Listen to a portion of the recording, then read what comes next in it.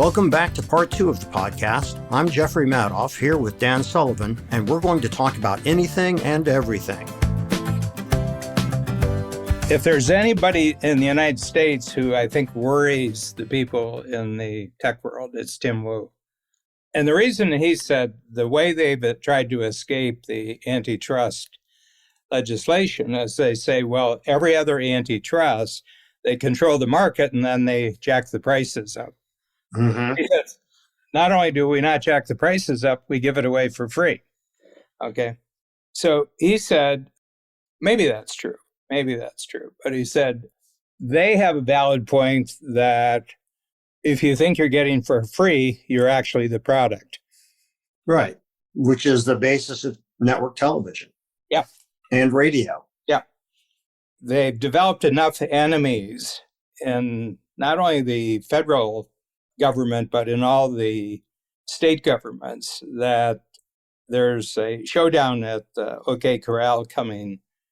I think in the next 10 years, there's going to be a real coming to grips with us like it came with NBC wouldn't allow FM. FM radio could have come in the 1930s. It didn't come in until the 1970s, I think 1970s. It was 40 years.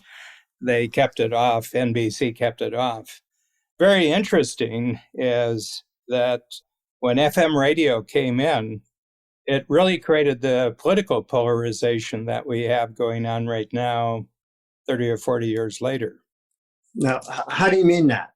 Well, if you look at FM radio today, if I go to New York, I immediately look for the FM radio, and it's either a university station or it's a classical station.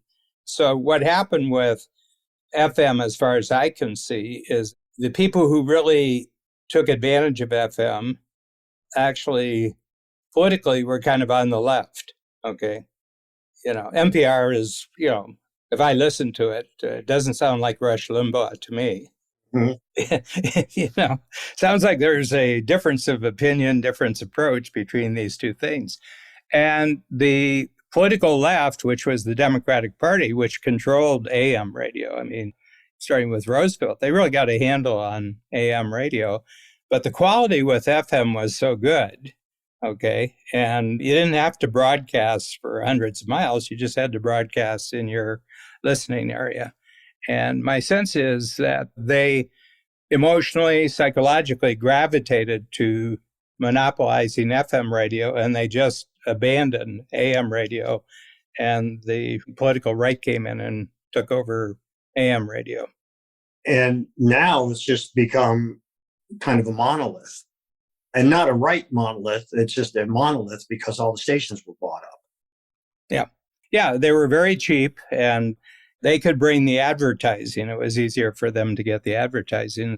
We have the number one jazz station in Canada in the floor below us. They're in the same building with us. And every 2 weeks, they've got a fundraising campaign going on, like they're looking for government money, and now government isn't giving the money they need, and they have to fundraise all the time, which is really odd because they're coast to coast, because their signal is on the internet and you can get it for free. You can get it for free just on the internet.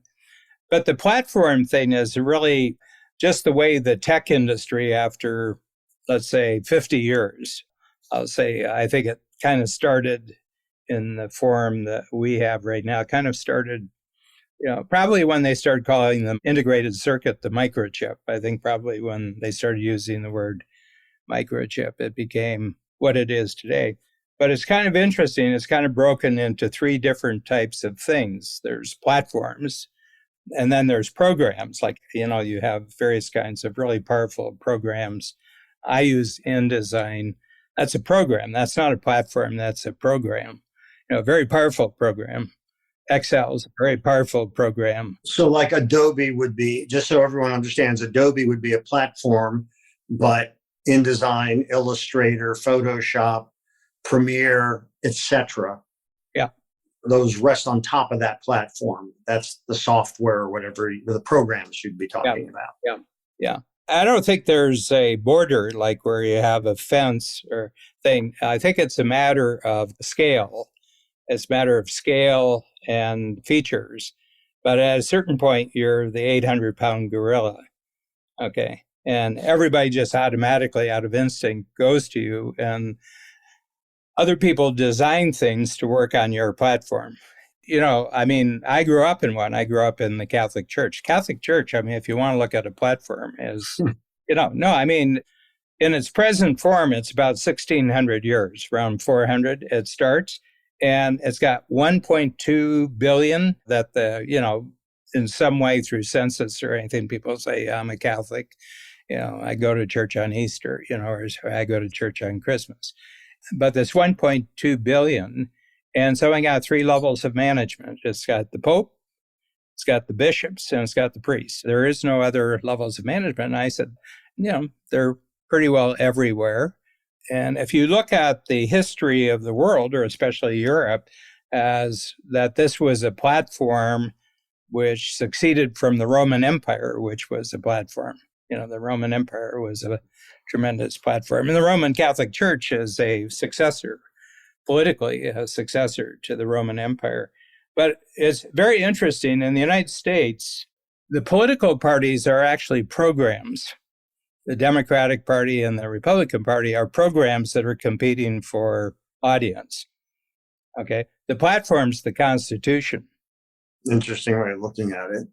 Yeah. And the Constitution is actually designed to protect the people from the government. Mm-hmm.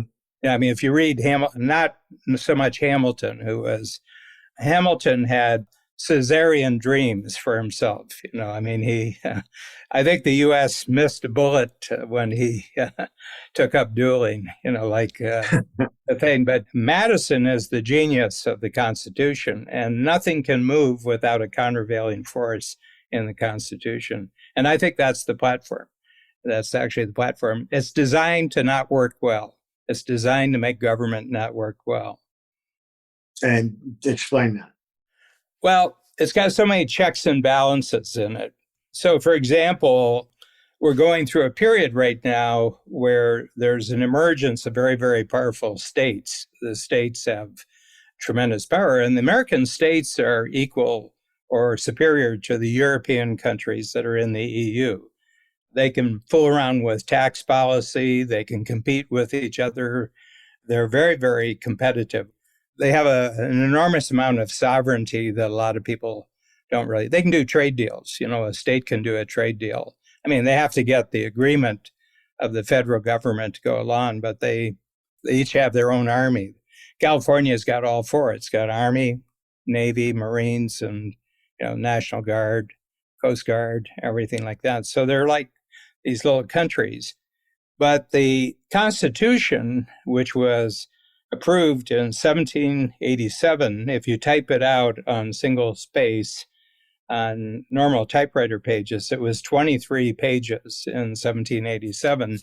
And right now it's 27 pages. So in 230 years, they've added 4 pages to it. Mm. And the amendments are like this. The amendments are about this big. What I think it's a platform for creating what I think is an entrepreneurial economy. Okay. I'm tracking with you. I want to hear where that goes.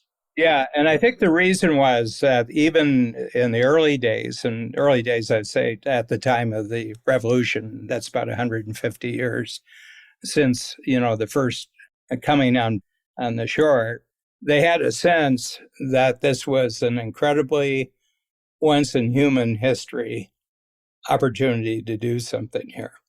Yeah, and there's so much to unpack with what you just said that's like a few programs in and of itself. Because, it's really interesting because even with some of the things that came about, for instance, the government getting involved in breaking up monopolies, which of course started as entrepreneurship, which I guess as every business sort of starts as an entrepreneurship. And then the question is now, where there seems to be so much power, we're back to tech now and the platforms, is that for the public good? Is that something that needs to come under more regulation by the government? Mm-hmm. Back to Tim Wu, this is like a love story to Tim Wu, but at least it would be good to have somebody asking questions who knows what the hell they're talking about. Well, and he knows the history. I mean, the thing that I love about Tim is that I think if you were totally opposed to what Tim is proposing, you'd still read his books with fascination because he's telling you the history. Absolutely. He's telling you the history of your side that you didn't know. Right. You know, he's kind of explaining, well, this is how this came about. And he's very admiring of the huge enterprises that were created out of this and the people who actually created them. He said, these are amazing human beings. But he said, is there a point where you cross a line where it's not really for the benefit of the country anymore? Right. And my sense is that the Constitution is designed to handle that. I read both sides. I mean, I vote a particular way and I tend to favor certain positions. And basically everything starts with entrepreneurism, and I work outwards from the center being entrepreneurism. And I said, who supports entrepreneurism? What are the regulations like? What are the taxes like? But my basic attitude about it is that I think the country was designed to encourage and to expand entrepreneurial activity in the marketplace. I think that's true to a point. And then I think where there becomes the difference is when too much power is concentrated. Yeah. I mean, it's not like these corporations like entrepreneurs.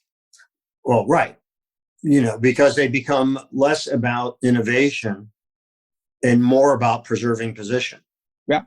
The platform. So that means you shut down competition, you shut down innovation. I mean, with Bell Telephone, although arguably, you know, Bell Telephone was one of the most powerful monopolies for decades.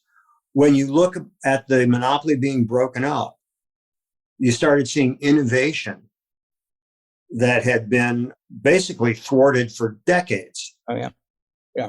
Because they would sue everybody that did anything, you know, that messed with regular phone service. Yeah, well, Tim in his book actually says that if you don't break up AT&T in the early 70s, you don't get the internet revolution in the 90s. He said that because all the talent that got freed up, you know, the resources and capabilities got freed up from this ironclad hold that AT&T had.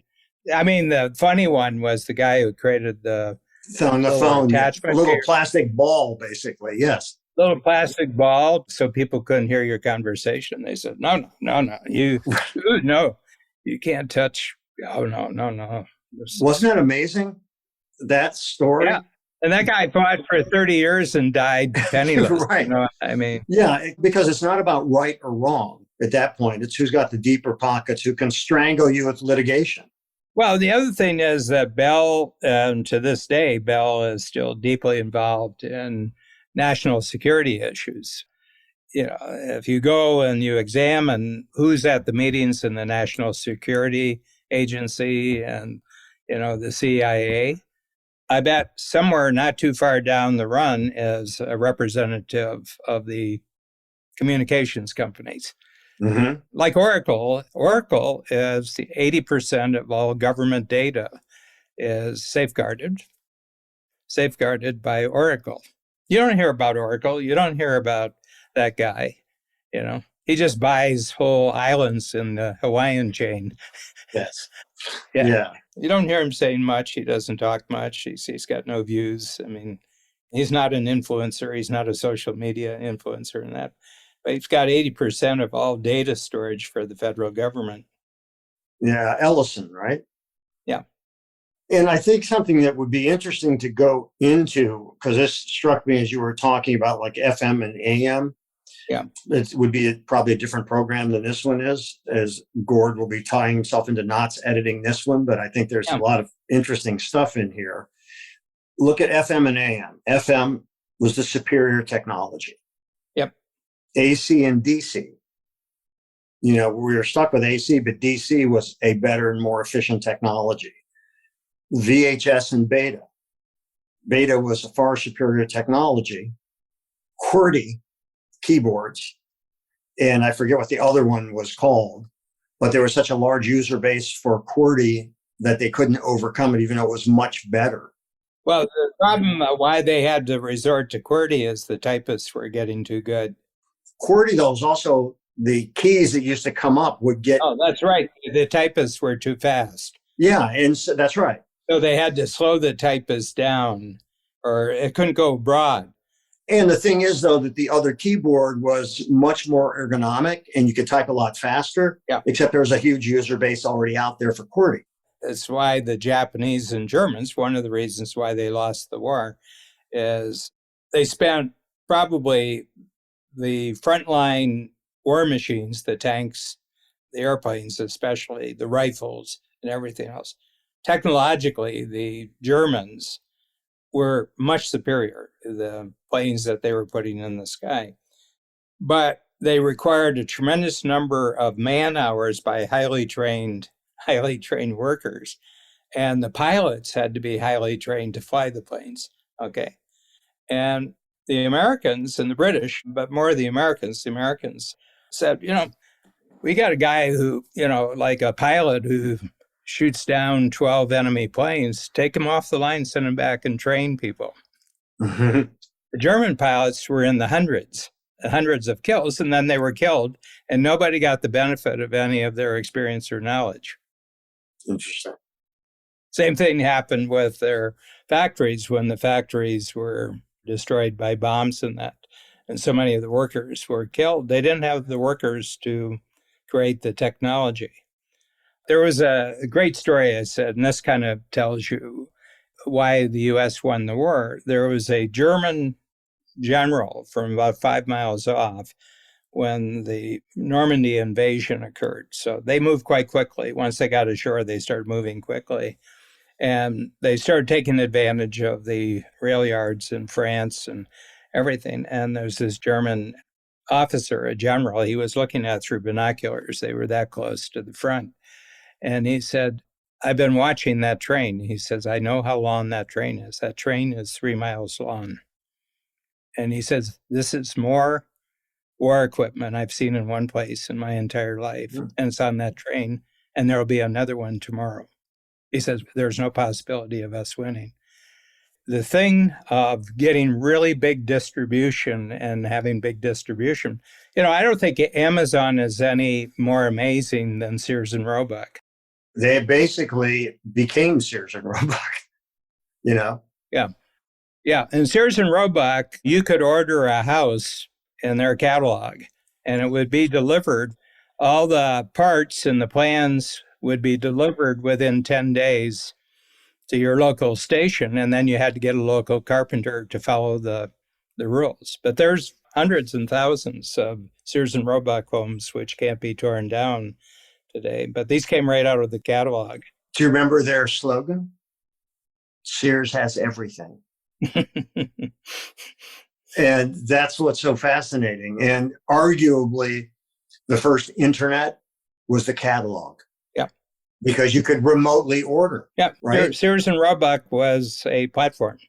Yeah.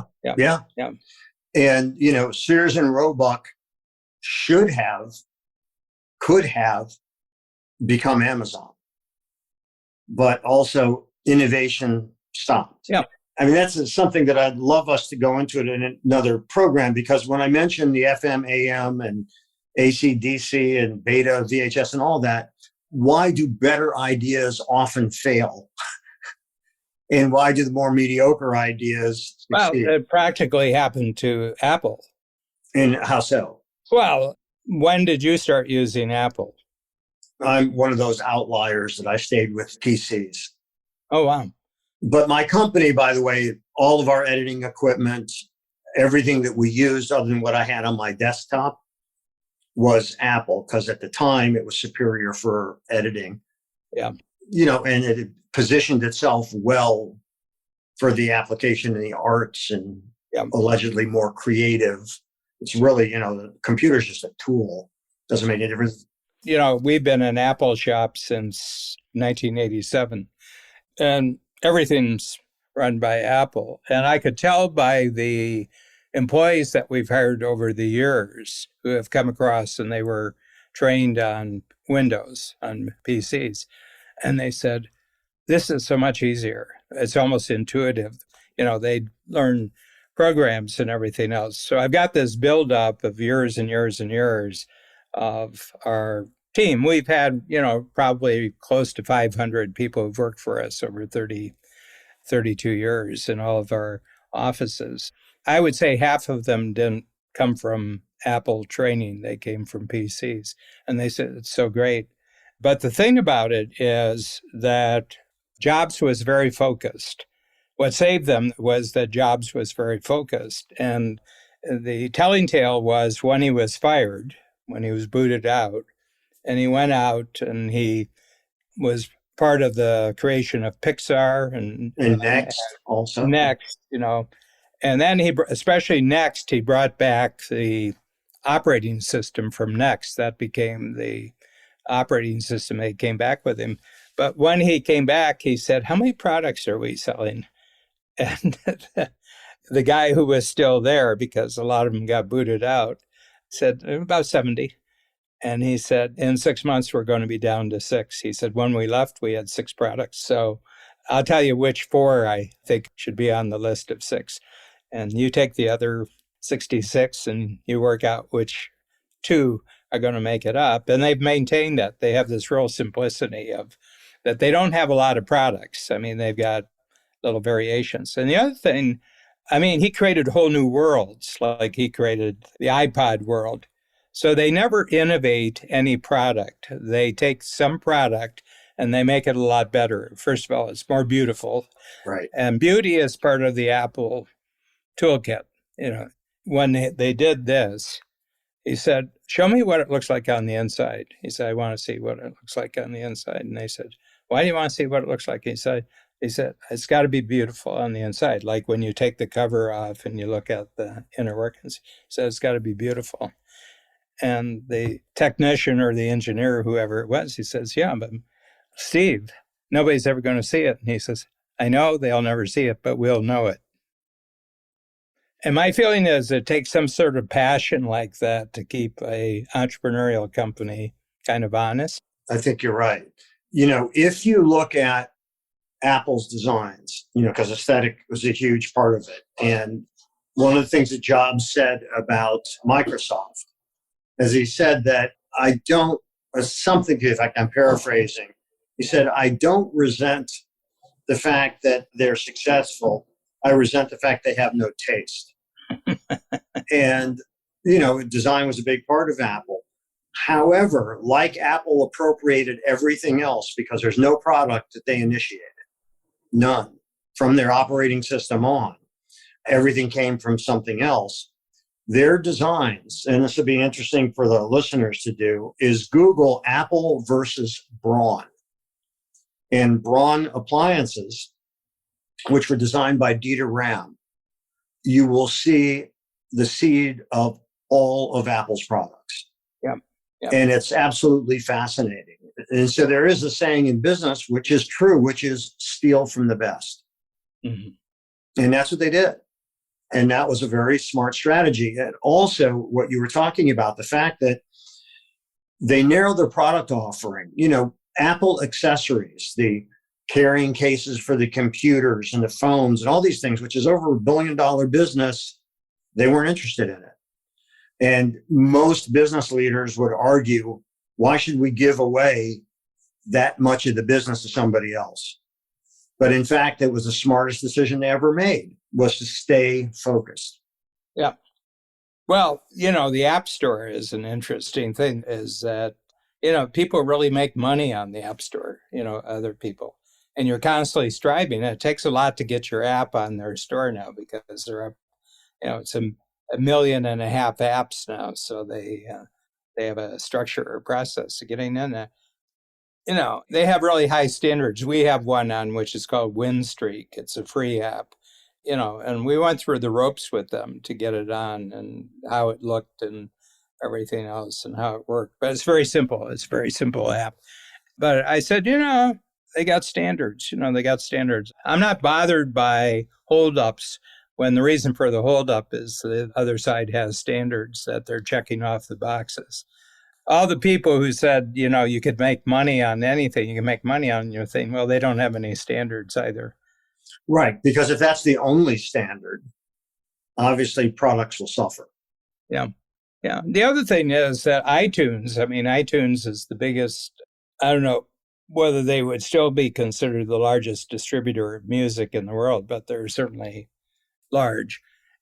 Steve Jobs had this interesting thing. He said, why, when you like a song and you go to the record store, do you have to buy 11 more songs to get the one song that you want? He said, that's crazy though. You like this song, and then you have to go and in order to get that one song, you got to buy 11 more songs, and you don't want the other 11 songs. He said, why can't you just get the song you want? And that was one thing. And he said, the other thing is, the artist, he said, I've looked into the economics, and he said, once you get past all the law firms and accounting firms and the manufacturing thing, the artist is getting, 5 cents on the dollar, 10 cents on the dollar. Says, what if we gave the artist 60 cents on the dollar? And there was nobody else. It was just the artist and us. I think Tidal tried that. Jay-Z's company, streaming company. Yeah. But what was interesting is when we said, why just buy one? When we were growing up, Dan, if you remember, it was 45s. You only got two. That's right. Yeah. That's right. Yeah. Yep. John Farrell, our IP lawyer, he said, every once in a while, he says, just put on a new white dress and you're all fresh. You're all fresh to go. He said, none of us actually talk a story that we actually played. He says, we're our own promoters and we talk good things. But he said, you take your knocks and you get up and you dress up and shine yourself back up and you get out there. Right. Yeah. Yeah. It's like the lyrics to the song, that's life. Yeah. Riding high in April, get knocked down in May,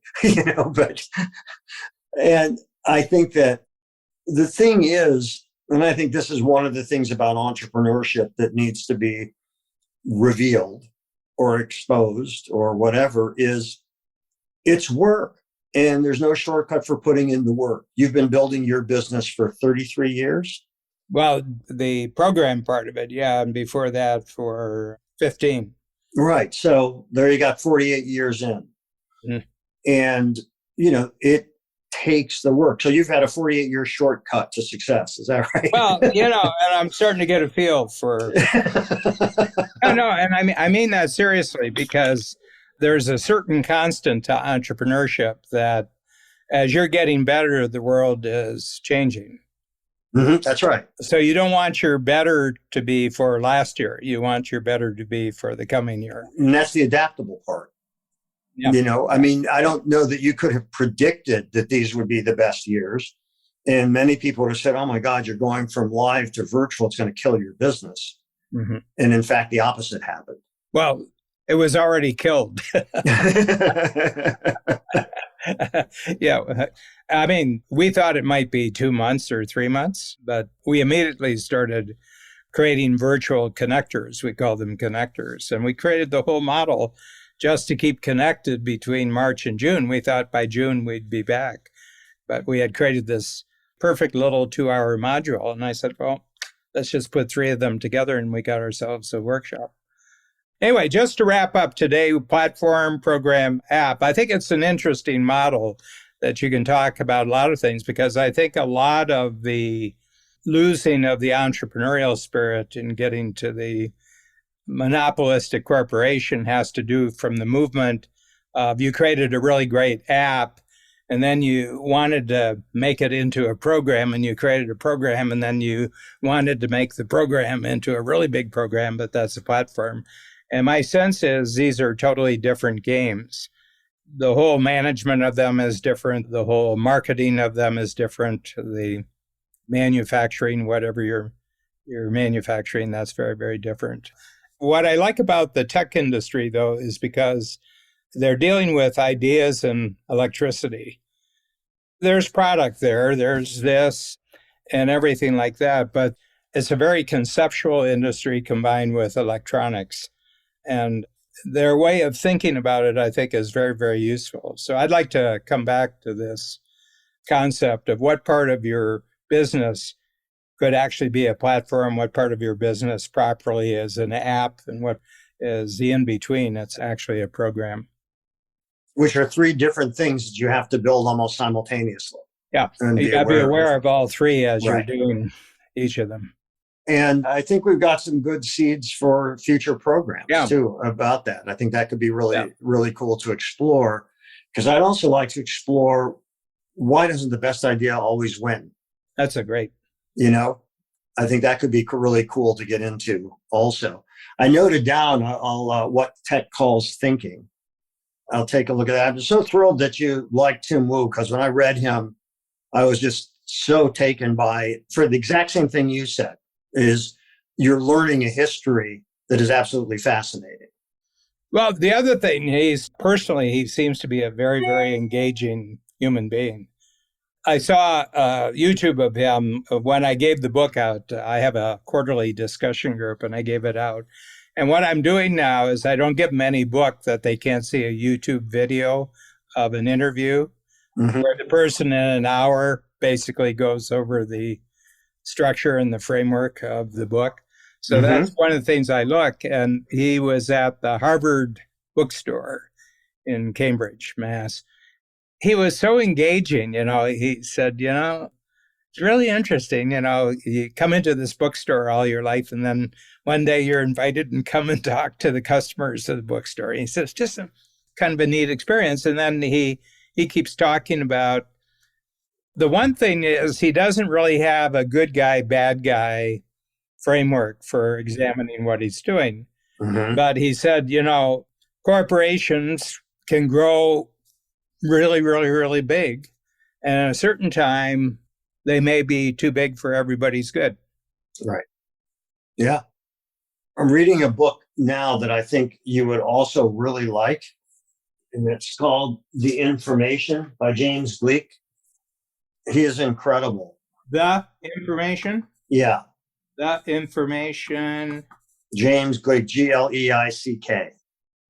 Well, there's a lot of really great stuff being written right now, because this is really our reality now. We're not living in the industrial age anymore. We're living in a completely different age. Well, some would say the information age. Yep. And this book was written probably 8 years ago. And it's just brilliant. It's so interesting.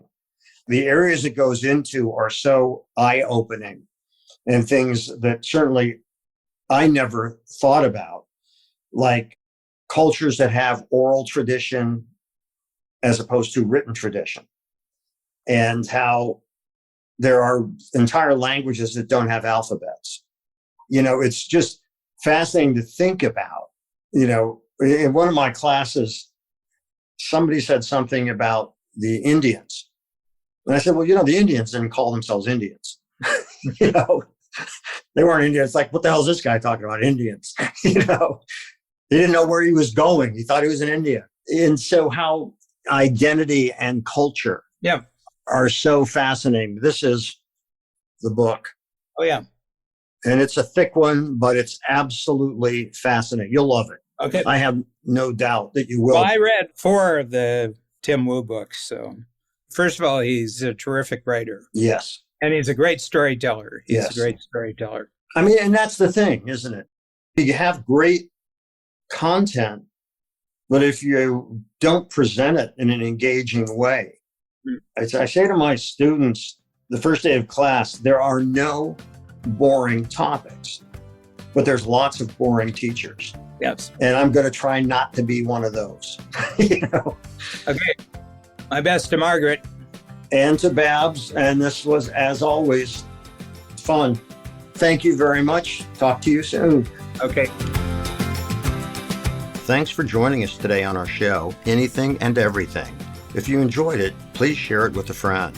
For more about me and my work, visit acreativecareer.com and madoffproductions.com. To learn more about Dan and Strategic Coach, visit strategiccoach.com.